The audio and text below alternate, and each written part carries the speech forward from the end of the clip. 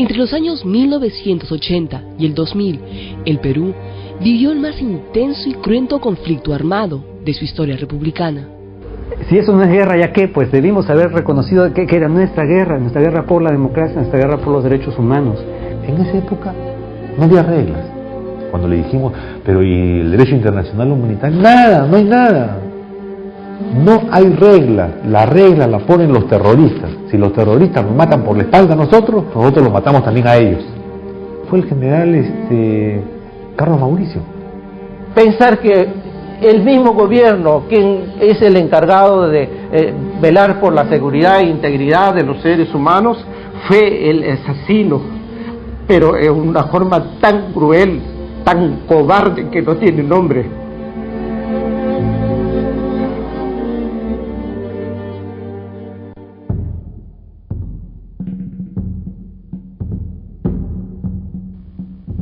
El 12 de octubre de 1981, el presidente Belaúnde decretó el estado de emergencia en las provincias de Huamanga, Huanta, La Mar, Cangallo y Víctor Fajardo. Ese mes se enviaron los primeros destacamentos de la policía para enfrentar la amenaza subversiva. Lograron importantes capturas en esos primeros años, deteniendo a decenas de militantes de Sendero Luminoso, como Edith Lagos. El Sinchi fue visto como el abusivo, el torturador, el violador, a quien la población aprendió a temer. No eran una fuerza que conocía la idiosincrasia comunal, campesina, y por lo tanto se comportaba como fuerza de ocupación. El enemigo está en todos los habitantes de la zona donde él está. Fue el primer agente del Estado que desarrolló tácticas de guerra sucia. A mí me violaron. Durante la noche yo gritaba, pedía auxilio. Me metieron un pañuelo en mi boca. Esa noche me violaron. 7 militares, los 7 Sinches. Entraron a violarme. Uno salía, otro entraba, otro salía, uno entraba. Georgina, al igual que cientos de mujeres que fueron abusadas sexualmente por miembros de las fuerzas del orden, quedó embarazada. Nunca conoció la identidad del padre. El día que se presentó ante la audiencia, su hija de 20 años la acompañó.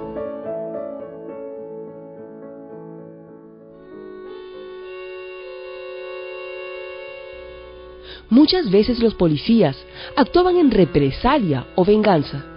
Desde un principio fueron los más golpeados por Sendero Luminoso, por el hecho de representar a la autoridad o para robarles sus armas. Las fuerzas policiales eran blancos fáciles al no estar acuartelados. Cientos de efectivos murieron en sorpresivos ataques contra los puestos policiales o en asesinatos selectivos. Escucho el estallido. Yo pensaba que era la llanta y era el primer impacto que me entra por la espalda. Siento que mi cuerpo se desvanece y comienza a sentir otro, o sea, uno hacia el de la espalda, uno acá, otro acá, y el tiro de grasa que me entra por el ojo derecho me sale por la sien izquierda, que quema el nervio óptico izquierdo. La suboficial de la policía, Ana Lira, fue atacada por un comando de aniquilamiento en el año 92. Quedó totalmente ciega. La vida de un policía no valía nada. Al desconocimiento del enemigo, la ausencia de una estrategia adecuada y los sucesivos y exitosos ataques de Sendero, se suma la falta de recursos. Tenían carencias logísticas y a veces no había suficiente alimento. Pero ¿cómo contener a mi gente? A veces teníamos que matar estos animales y hacer un caldo para todos. Nosotros, acuérdense que yo le estoy hablando de 20, 30 hombres. Si cometía abuso de matar y de dejar sin el huevo diario a ese poblador de las alturas, no había otra forma de cómo alimentarnos. Pido disculpas públicamente. O sea, las fuerzas policiales no estaban en condiciones de ese tipo de enfrentamiento, no tenían armamento de guerra además. A partir de diciembre del año 1982, los comandos político-militares asumieron el control absoluto de las zonas declaradas en estado de emergencia. Un país fragmentado, segmentado, en que los políticos se desentienden sistemáticamente del asunto de la seguridad interior y la defensa, y ese es un asunto militar. El poder civil había entregado una carta blanca para que las Fuerzas Armadas se encarguen del problema, que ellos hagan el trabajo sucio. Hubo quienes se opusieron al ingreso de las Fuerzas Armadas, como el mismísimo ministro de Guerra de aquel entonces, general Luis Cisneros Vizquerra. Él vaticinó lo que ocurriría en el terreno de combate. Y como no se sabe quiénes son los senderistas, probablemente de 60 muertos que se diga que son senderistas serán unos 3 más o menos. Él dice, eso lamentablemente va a suceder si ustedes nos obligan a intervenir. Luego del ingreso de las Fuerzas Armadas, se distinguen 2 claras etapas en la lucha contrasubversiva. La primera, de represión masiva e indiscriminada, y una segunda, más selectiva, que contaba con una estrategia, pero no por esto fue más respetuosa de los derechos humanos. Está claro que Sendero Luminoso fue el principal perpetrador de crímenes y violaciones a los derechos humanos. La crueldad y salvajismo con la que actuó, atacando a traición, sin distintivos, ocultándose y escudándose con la población civil, buscaba también la reacción brutal de las fuerzas del orden contra esa misma población civil. Tuvieron éxito. Entre los años 1983 y 85 se escribieron los capítulos más sangrientos de esta guerra.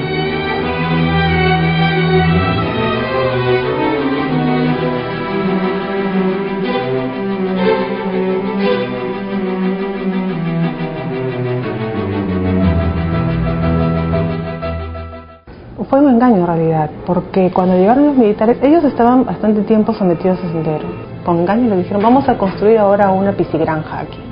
Y luego cuando ya estaba todas las granjas listas, los acribillaron y los mataron, sin tener en cuenta que había niños, mujeres, nada. Por ejemplo, un mayor que le dice a un teniente que al otro día va a ir a destruir una escuela popular y que va a tener 3 días para hacerlo y no puede regresar sin haberlo hecho.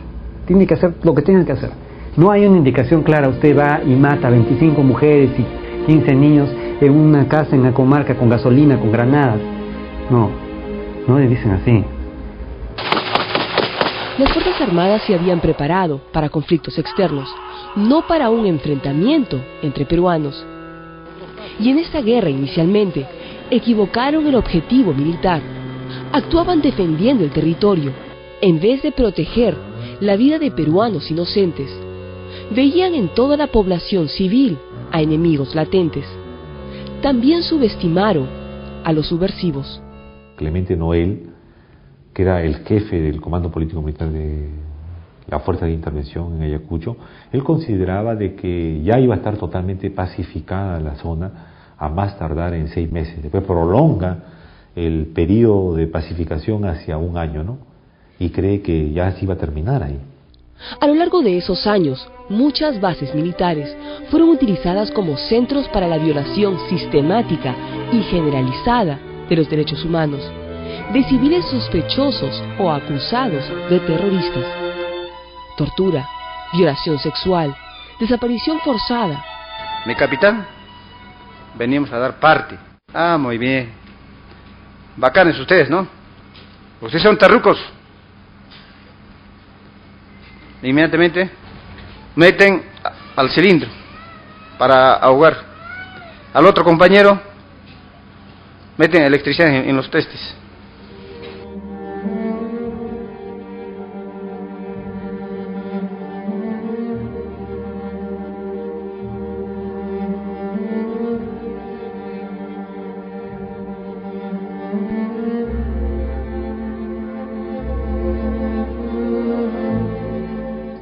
Una vez un general me dijo, a nosotros nos han matado 2.500, nosotros hemos ganado la guerra, ¿a cuántos cree que hemos matado? No encontrar su cuerpo de él, aunque sea un pedazo de su hueso, enterrando, Para nosotros sería distinto. Sabríamos que donde lo hemos enterrado, iríamos todos los 1 de noviembre, aunque sea llevar flores o semanalmente a visitar. Pero en este caso, no sabemos qué han hecho a él, dónde lo han tirado, dónde lo han quemado. Martín Roque estudiaba economía en la Universidad del Callao. Su familia sabe que fueron miembros de inteligencia de la Marina de Guerra quienes lo secuestraron. Nunca más lo volvieron a ver.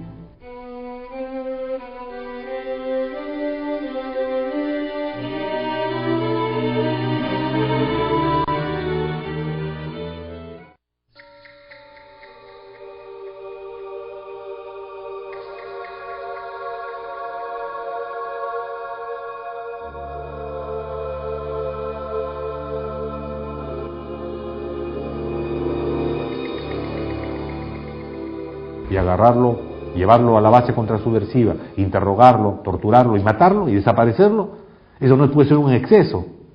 Ese era un patrón.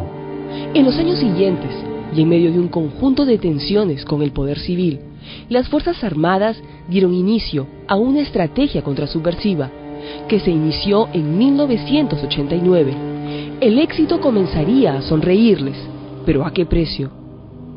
La única forma de desestructurar a Sendero, de vencerlo, mejor dicho, es desestructurándolo, o sea, desactivando a sus organizaciones político-administrativas locales, desarticulando la red de apoyo. A partir de 89 entramos en una guerra de operaciones especiales. Por la década del 90, la guerra había alcanzado y golpeado a la capital, Lima. Para la mayoría de ciudadanos, parecía que luego de 10 años de conflicto, esta guerra recién comenzaba. La elección del desconocido Alberto Fujimori y su posterior cogobierno con las Fuerzas Armadas, de la mano de Vladimiro Montesinos, dieron inicio a otra etapa de la Guerra Sucia. Allí es donde las operaciones especiales de inteligencia se criminalizan.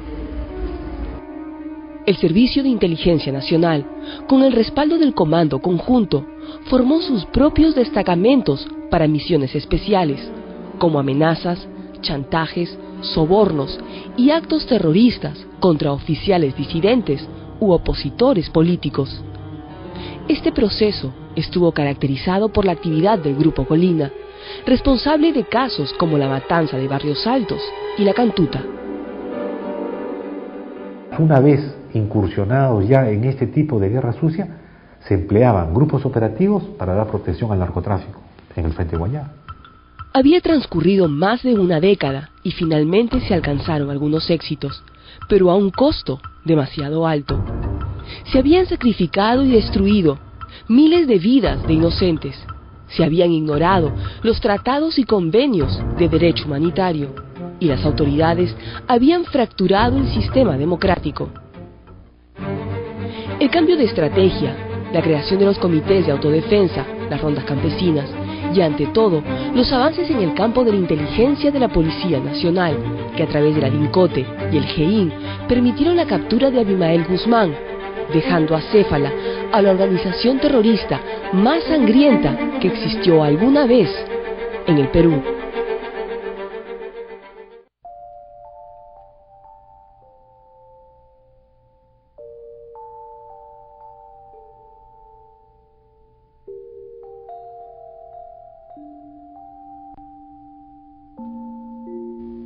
$1,600 policías y miembros de las Fuerzas Armadas murieron durante el conflicto armado interno.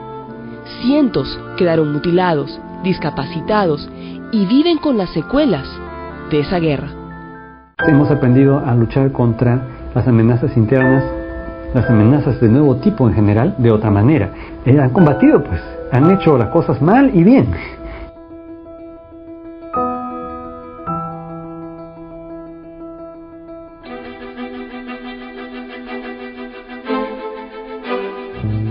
Periodo de tragedia nacional, no solamente por las cosas que hicieron los terroristas y las cosas que hicieron las fuerzas del orden, sino las cosas que hizo la sociedad civil.